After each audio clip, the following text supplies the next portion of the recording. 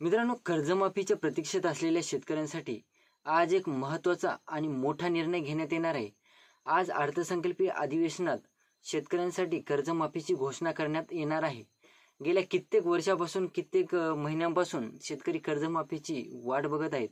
विधानसभा निवडणुकी अगोदर सरकारने मोठमोठ्या घोषणा केल्या होत्या. त्यांच्या मॅनिफेस्टोमध्ये किंवा त्यांच्या जाहीरनाम्यात म्हणलं तरी चालेल, कर्जमाफी संदर्भात मोठे निर्णय घेण्यात येणार आहेत अशी देखील सांगण्यात येत होतं. शेतकऱ्यांना अद्यापही कर्जमाफीची प्रतीक्षाच लागलेली आहे. एकंदरीत बघायचं झालं मित्रांनो, तर शेतकऱ्यांची एक्झॅक्ट कर्जमाफी किती रुपये होणार आहे, त्याचबरोबर कोणते शेतकरी यासाठी पात्र ठरणार आहेत आणि शेतकऱ्यांची जी कर्जमाफी होणार आहे ती जिल्हावाईज होणार आहे की सरसकट शेतकऱ्यांची कर्जमाफी होणार आहे, अशी थोडक्यात माहिती या टॉपिकवर आपण घेणार आहोत. तर तत्पूर्वी व्हिडिओवर नवीन असाल तर चॅनलला सबस्क्राईब करा आणि समोरील बेल आयकन बटन दाबायला विसरू नका. तर नमस्कार मित्रांनो, मी राज सुरेतर, स्वागत आहे कृषीमॅन यूट्यूब चॅनलमध्ये. मित्रांनो, गेल्या कित्येक वर्षापासून जवळपास 5 ते 6 वर्षांचा कालावधी लोटलेला आहे. मित्रांनो, अद्यापही शेतकरी कर्जमाफीच्या प्रतीक्षेत होते. विधानसभा निवडणुकीच्या पूर्वी शेतकऱ्यांसाठी मोठमोठे आश्वासन देण्यात आलेले होते की शेतकऱ्यांची कर्जमाफी देऊ, आम्हाला निवडून आणा वगैरे वगैरे. तर शेतकऱ्यांनी त्यांची पसंती महायुती सरकारला दाखवली देखील. महायुती सरकारने अद्यापही शेतकऱ्यांसाठी कर्जमाफी संदर्भात कुठलाही निर्णय घेतलेला नव्हता. तर मित्रांनो, राज्याचे उपमुख्यमंत्री तसेच मंत्री म्हणलं तरी चालेल, अजितदादा पवार हे आज शेतकऱ्यांसाठी या अर्थसंकल्पामध्ये मोठी घोषणा करण्यात येणार आहे असं सांगण्यात येत आहे. शेतकऱ्यांची कर्जमाफी करणार आहेत असं देखील सांगण्यात येत आहे. तर मित्रांनो, एकंदरीत बघायचं झालं तर शेतकऱ्यांची कर्जमाफी ही करणं ही काळाची गरज आहे. कारण मित्रांनो, आता जर कर्जमाफी झाली नाही तर येणाऱ्या खरीप हंगामासाठी शेतकऱ्यांकडे पैसा उरणार नाही आणि खरीप हंगामाची पेरणी करण्यासाठी शेतकऱ्यांकडे पैसा उरणार नाही, म्हणजे बँकांकडून त्यांना लोन पण मिळणार नाही.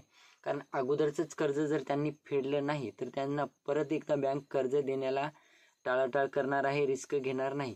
त्यातच मित्रांनो, काही शेतकरी असे सुद्धा होते ज्यांच्या शेतमालावर किंवा शेतीवर किंवा शेतीमध्ये जे ट्रॅक्टर वगैरे होते त्यावर शेतकऱ्यांच्या जे मध्यवर्ती बँका आहेत त्या कब्जा करत आहेत, अशा सुद्धा न्यूज व्हायरल झालेल्या होत्या. जर मित्रांनो कर्जमाफी झालीच नाही तर मग या न्यूज प्रत्येक जिल्ह्यामध्ये व्हायरल व्हायला काही वेळ लागणार नाही. त्यातच मित्रांनो, जवळपास पीक कर्जासाठी येणाऱ्या पीक कर्जासाठी आता शेतकऱ्यांसाठी जे टक्केवारी काढण्यात आलेली आहे कर्जासाठी ती देखील कमी करण्यात आलेली आहे असं देखील सांगण्यात येत आहे. परंतु मित्रांनो, आता जर कर्जमाफी झाली नाही तर ते पीक कर्जावर जी टक्केवारी काढण्यात येत आहे, कमी टक्क्यावर पीक कर्ज मिळणार आहे, ते काही कोणत्याच कामाचं नाही मित्रांनो. कारण कर्जमाफी जर झाली तरच नवीन कर्ज घेण्यासाठी शेतकरी उत्सुक राहतील. तर मित्रांनो, एकंदरीत बघायचं झालं तर आज 11वा अर्थसंकल्प अजितदादा पवार हे सादर करणार आहेत आणि या अर्थसंकल्पामध्ये शेतकऱ्यांची आस लागलेली आहे ती म्हणजे कर्जमाफी संदर्भात.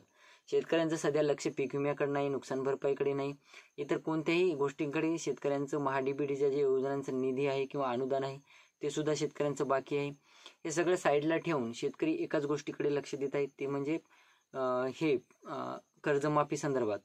तर मित्रांनो, एकंदरीत बघायचं झालं तर आता शेतकऱ्यांची कर्जमाफी होती की कर्जमुक्ती होती.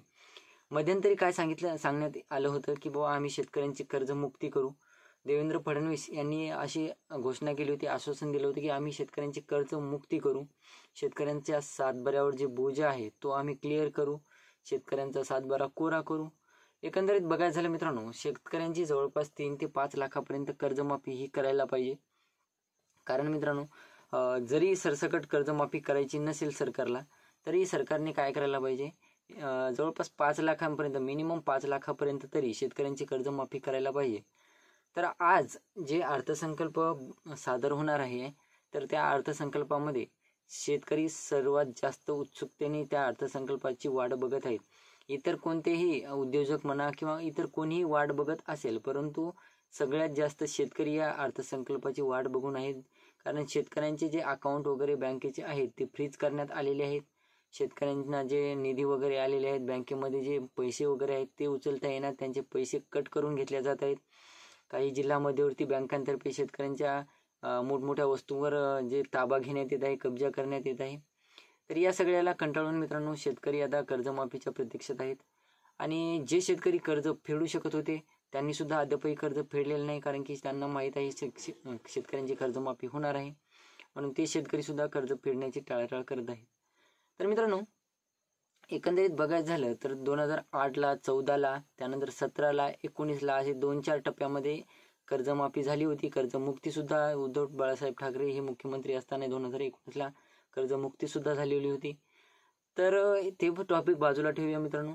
तर आज कर्जमाफी होणार, किती वाजता होणार याकडे सर्व शेतकऱ्यांचं लक्ष लागलेलं आहे. आपण देखील आपल्या चॅनेलच्या माध्यमातून सर्वात अगोदर अपडेट देण्याचा प्रयत्न करू, जेणेकरून इतर शेतकऱ्यांना सुद्धा फायदा होईल, तुम्हाला देखील फायदा होईल.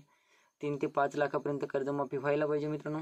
वाट बघूया आजच्या अर्थसंकल्पाची. आणि अर्थसंकल्पाचे जर कर्जमाफी झालेली नाही मित्रांनो अर्थसंकल्पामध्ये, तर जे रविकांत तुपकर वगैरे शेतकरी नेते आहेत त्यांच्यातर्फे जवळपास एल्गार मोर्चे वगैरे काढण्यात येतील अशी सरकारला चेतावणी वगैरे देण्यात आलेली आहे.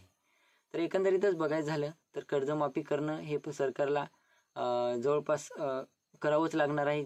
त्याचं कारण म्हणजे शेतकऱ्यांचा प्रेशर सरकारवर आलेला आहे.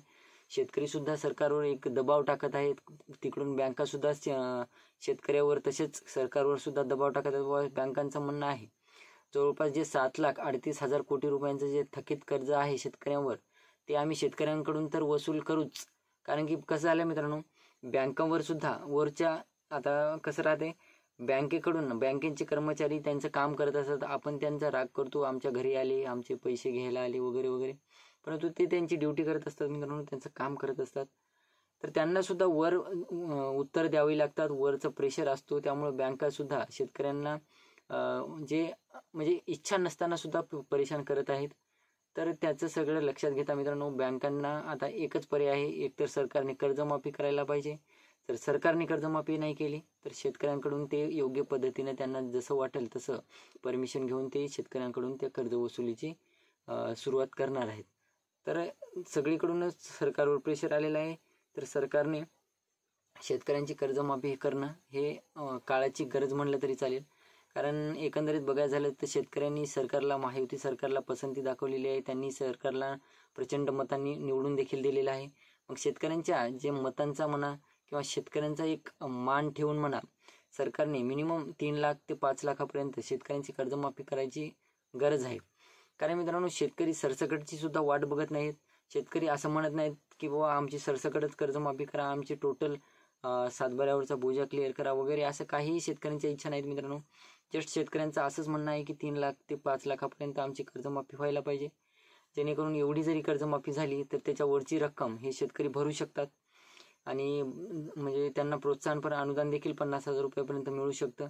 त्यामुळे एवढी रक्कम ही सरकारतर्फे माफ व्हायला पाहिजे आणि शेतकरी यांची कर्जमुक्ती, कर्जमाफी काय जे असेल ते सरकारतर्फे व्हायला पाहिजे.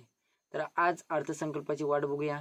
तुमचं जर अर्थसंकल्पामध्ये जर हे कर्जमाफी झाली तर तुमचं देखील कर्ज माफ झालं असेल तर मला कमेंट करून सांगा. आणि व्हिडिओ आवडला असेल तर चॅनलला सबस्क्राईब करा, लाईक करा, शेअर करा. धन्यवाद.